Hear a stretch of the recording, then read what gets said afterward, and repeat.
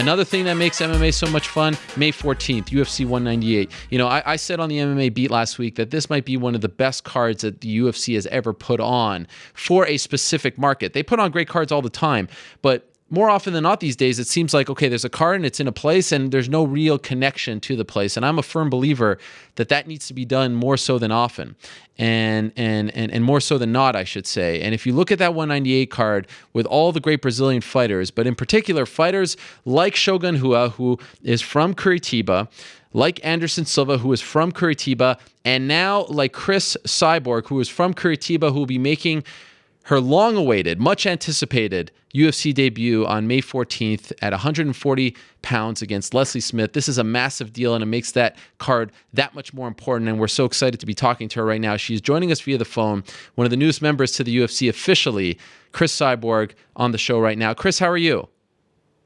I'm great. Thank you. Thank you so much for joining us. This is a lot of fun. I really appreciate the time. Okay, so I'm very curious because we had heard some whispers that they were considering putting you on the card. When did you find out that it was a real possibility that you'd be fighting on this card? I was in Brazil after my last fight, and I saw it have a 198 UFC in my city, Curitiba, and I started talking with my fans. Let's go ask for Dana if I can make this fight happen.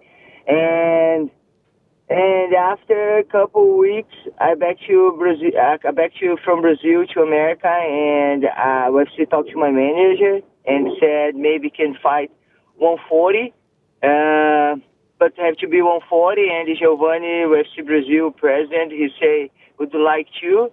And I talked to my team. I say if it's possible. I talked with George Lockhart, my nutrition. We worked together almost 2 years, and they say yeah we can. And I said, okay, it'll be fun. And I feel really blessed because I will be fighting Curitiba, my city. I was my last fight. I did it there almost 10 years ago. Wow. That's an amazing story in its own right. I know it's been a long journey to get to this point. Was there ever a point where you thought, you know what, I just will never fight in the UFC? And if so, did that bother you? Did it bother you that you couldn't fight for the top organization? When I start training, of course, I see the best fight, the best event in the world, and the big ones, the biggest. And when I start training, of course, I have a dream, be UFC one day. But after everything happened in my career and everything happened, I would say, man, I take off this dream in my heart and say, man, I have to keep work.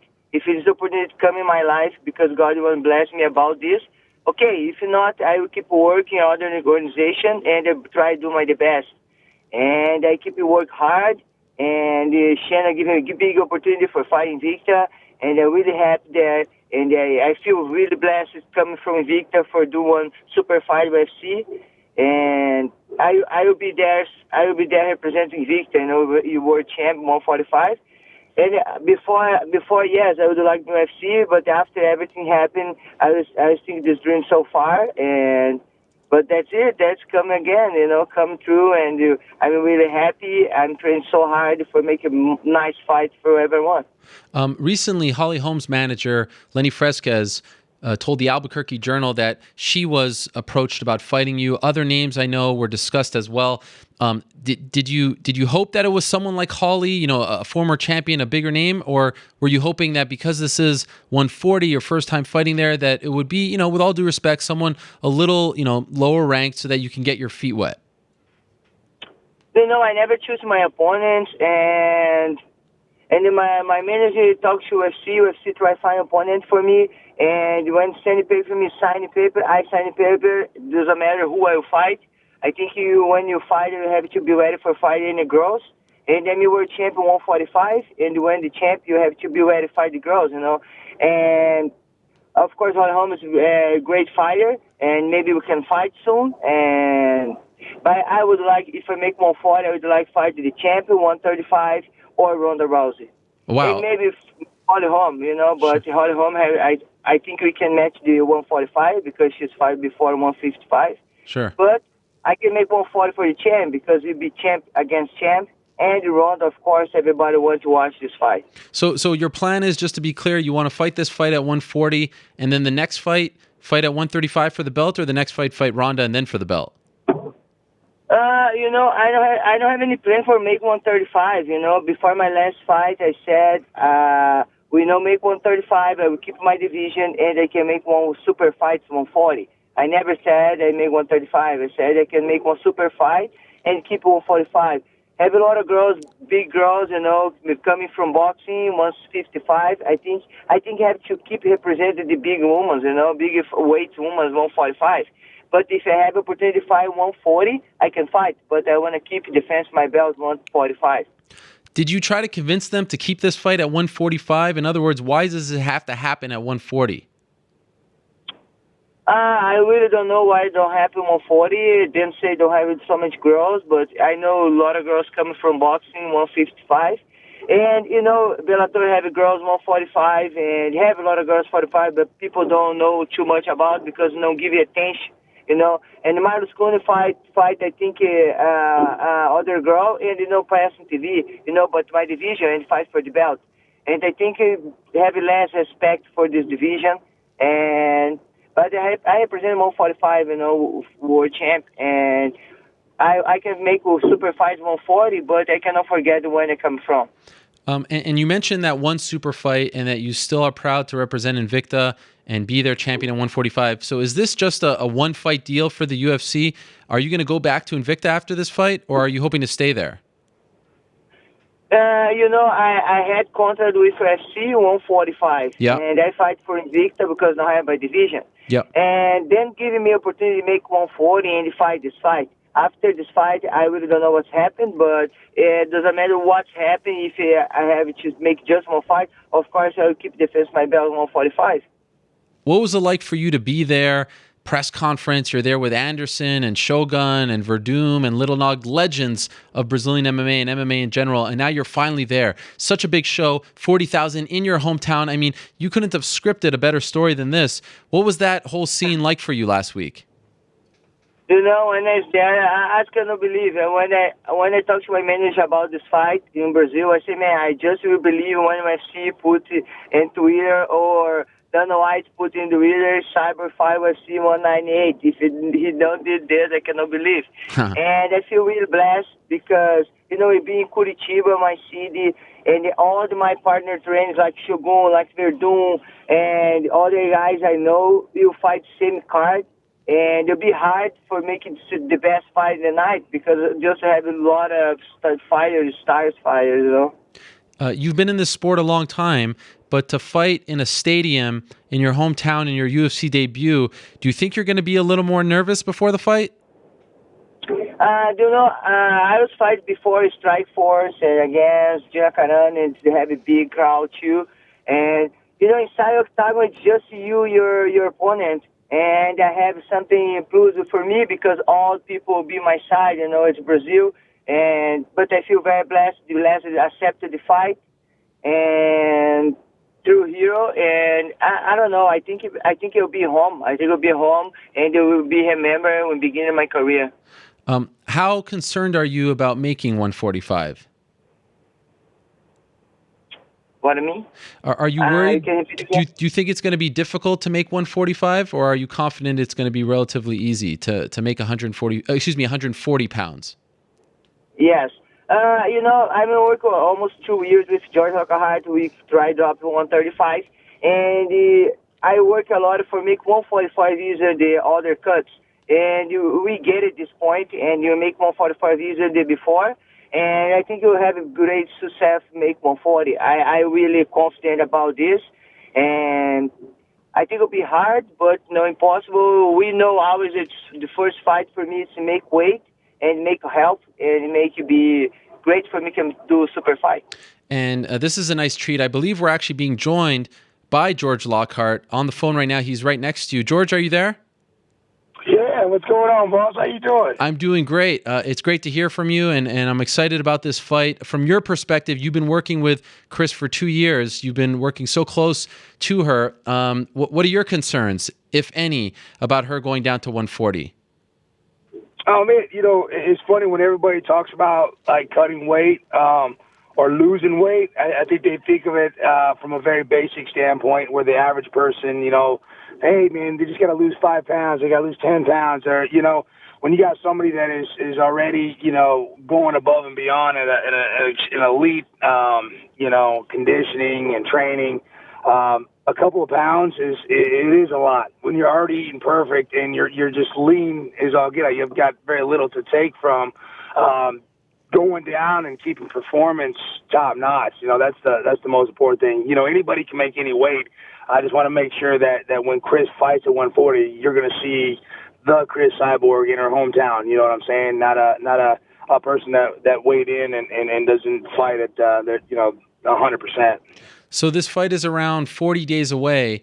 Are you guys comfortable in saying how much Cris weighs right now? Like what kind of challenge this is ahead? We're right. We're right where we need to be. I'm really happy with where we're at right now.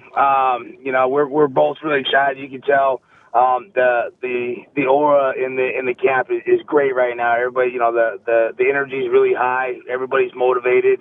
And it's funny because working with a lot of female athletes, that's the real fight, man.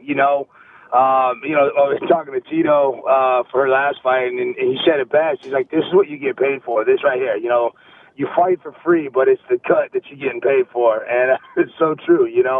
She's got to eat perfectly every single day. She's training so hard every single day to make that weight, and it's a 24-hour process.